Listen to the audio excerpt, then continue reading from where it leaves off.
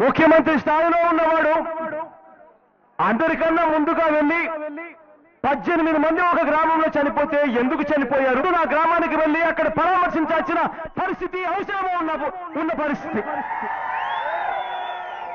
అయినా ముఖ్యమంత్రి అక్కడికి వెళ్ళలేదు. 18 మంది చనిపోయారా, చనిపోతే చనిపోయారులే అని చెప్పి పట్టించుకోకుండా వదిలేసిన పరిస్థితి. ముఖ్యమంత్రి కాదు కదా, కనీసం మన రాష్ట్రంలో ఆరోగ్య శాఖ మంత్రి కూడా కనీసం ఆ గ్రామానికి వెళ్ళిన పాపాన పోలేదు. అడుగుతా ఉన్నా, నా దగ్గర ఉన్నది ఆ 18 మంది చనిపోయిన ఏ తేదీలో చనిపోయినారు అన్న డేట్లు. ఇక్కడ చూస్తే ఆరేపల్లి గోవర్ధన్ 11/5/2015లో చనిపోయాడు. చక్కా నాగభూషణం 12వ తారీఖున చనిపోయాడు. పొన్నూరు మధుసూదన్ రావు మళ్ళీ 12వ తారీఖున చనిపోయాడు. మాణిక్యమమ్మ 14వ తారీఖు చనిపోయింది. కృష్ణారావు అన్న 14వ తారీఖు చనిపోయారు. అంటే కేవలం 11 నుంచి 14 రోజుల 14వ తారీఖు దాకా, అంటే 4 రోజుల గడువులో 5 మంది చనిపోయారు. ఆ తర్వాత ఆ రోజు నుంచి ఈ రోజు వరకు చూస్తే 5/7/2015 దాకా చూస్తే 18 మంది అదే గ్రామంలో చనిపోయారు. చివరకు ఈ విష జ్వరాలు అన్నది ఎంత దారుణంగా ఉన్నాయంటే ఆ గ్రామంలో ఈ రోజు కూడా 24/8/2015 అంటే 24వ తారీఖున కూడా ఒక వ్యక్తి అదే గ్రామంలో చనిపోయాడు. ఇవాళ నేను అడుగుతా ఉన్నా ఈ రాష్ట్ర ప్రభుత్వాన్ని, అయ్యా 2.5 నెల కాలంలోనే వ్యవధిలోనే 18 మంది చనిపోయారు. ఎందుకు చనిపోయారో తెలుసా అని అడుగుతా ఉన్నా. చనిపోవడానికి కారణం ఆ గ్రామంలో ఇలా ఓవర్ హెడ్ ట్యాంక్ ఉంది. ఇలా ఓవర్ హెడ్ ట్యాంకులో కోతులు చనిపోయి ఆ కోతులు చనిపోయిన ఆ నీటిని తాగినందువల్ల గ్రామస్తులు చనిపోతా ఉంటే ఈ ప్రభుత్వానికి ఆ ట్యాంకులు క్లీన్ చేసే బాధ్యత ఈ ప్రభుత్వానికి కాదా అని అడుగుతా ఉన్నా నేను. అదే గ్రామంలో ఒక చెరువు ఉంది. ఆ చెరువులో కూడా కోతులు చనిపోతే ఆ కోతులు చనిపోయి ఆ నీళ్లు తాగవలసిన పరిస్థితి వస్తే ఆ నీళ్లు కనీసం ఫిల్టర్ల ద్వారా పోయి బ్రతికించాల్సిన పరిస్థితి ఉన్న ఫిల్టర్లు కూడా చెడిపోతే దాన్ని కూడా పట్టించుకోని పరిస్థితుల్లో 18 మంది చనిపోయారు. నేను అడుగుతా ఉన్నా ఈ ప్రభుత్వాన్ని, అయ్యా ఇటువంటి ట్యాంకులను క్లీన్ చేశారా చెయ్యలేదా అని చెప్పి 3 నెలలకు ఒకసారి చూడాల్సిన బాధ్యత నీ మీద లేదా ప్రభుత్వానికి అని అడుగుతా ఉన్నా నేను. చెరువులు, గ్రామంలో చెరువులుంటాయి. ఆ గ్రామంలో ఆ చెరువు, ఆ ట్యాంకు ఏదైతే ఉంటుందో సంవత్సరానికి ఒకసారి ఆ చెరువు క్లీన్ చేసి ఎండాకాలంలో ఆ చెరువుని ఎండబెట్టి తర్వాత బ్లీచింగ్ పౌడర్ వేసి ఆ తర్వాతనే నీళ్ళు వేయాలి అన్న సంగతి మీకు తెలీదా ప్రభుత్వం తరపున అని అడుగుతా ఉన్నా. సంవత్సరానికి ఒకసారి ఆ చెరువు క్లీన్ చేయాలి, 3 నెలలకు ఒకసారి కనీసం ఆ ట్యాంకులు క్లీన్ చేయాలి. ఆ ట్యాంకులు క్లీన్ చేయిస్తున్నారా లేదా అని చెప్పి చూడవలసిన బాధ్యత ప్రభుత్వాన్ని కాదా అని అడుగుతా ఉన్నా నేను.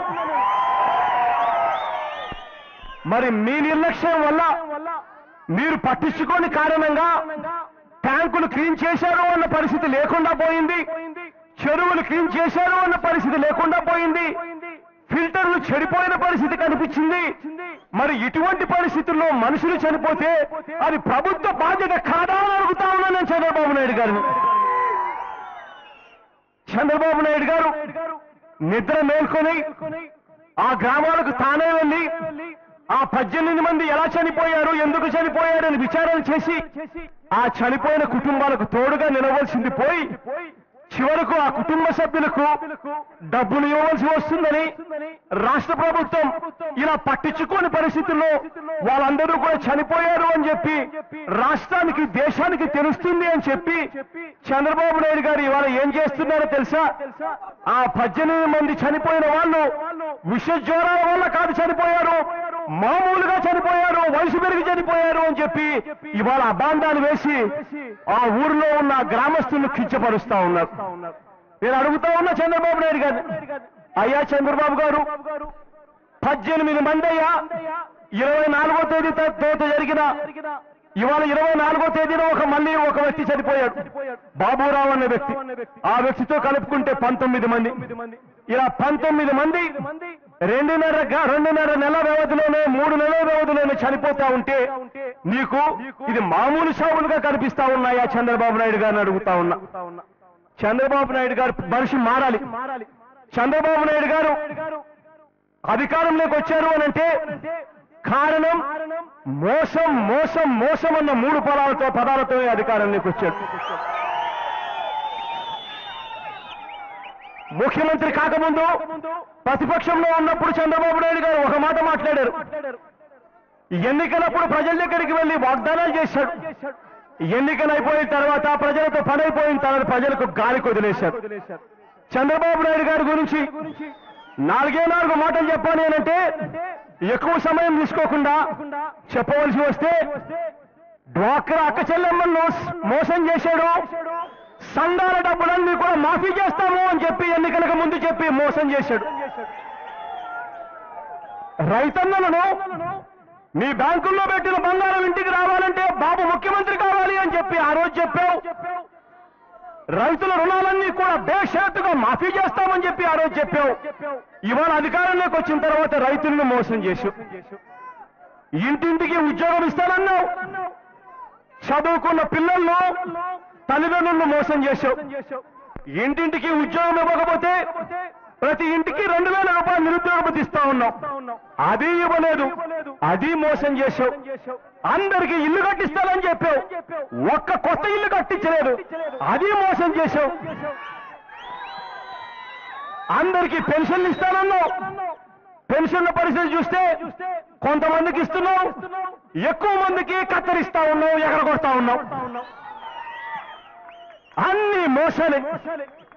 కరెంటు బిల్లులు చంద్రబాబు నాయుడు గారు ముఖ్యమంత్రి కాకముందు కరెంటు బిల్లులు 200 రూపాయలు వస్తా ఉంటే ఇంటికి చంద్రబాబు నాయుడు గారు ముఖ్యమంత్రి అయిన తర్వాత కరెంటు బిల్లులు 600 రూపాయల నుంచి 800 రూపాయలు ఒక ఇంటికి వస్తా ఉంది. నోరు తెరిస్తే అబద్ధం, చేసేదంతా మోసం, చెప్పేటివన్నీ అబద్ధాలు. చివరకు ఇలా చనిపోతే ఎక్కడ పరువు పోతుంది రాష్ట్రానికి తెలుస్తే అని చెప్పి ఆ చనిపోయిన వాళ్ళ చావులతో కూడా చెలగాటమాడ్డం. జనసేన అధ్యక్షుడు పవన్ కళ్యాణ్ గారు కూడా జగన్ గారికి సంఘీభావం తెలియజేసి ఈ ప్రభుత్వం చేస్తున్న వ్యతిరేక విధానాన్ని ప్రతిఘటిస్తే మేము కూడా ఆహ్వానిస్తాం. ఎందుకంటే మీరు పక్కన ఉండగానే చంద్రబాబు నాయుడు గారు చెప్పారు,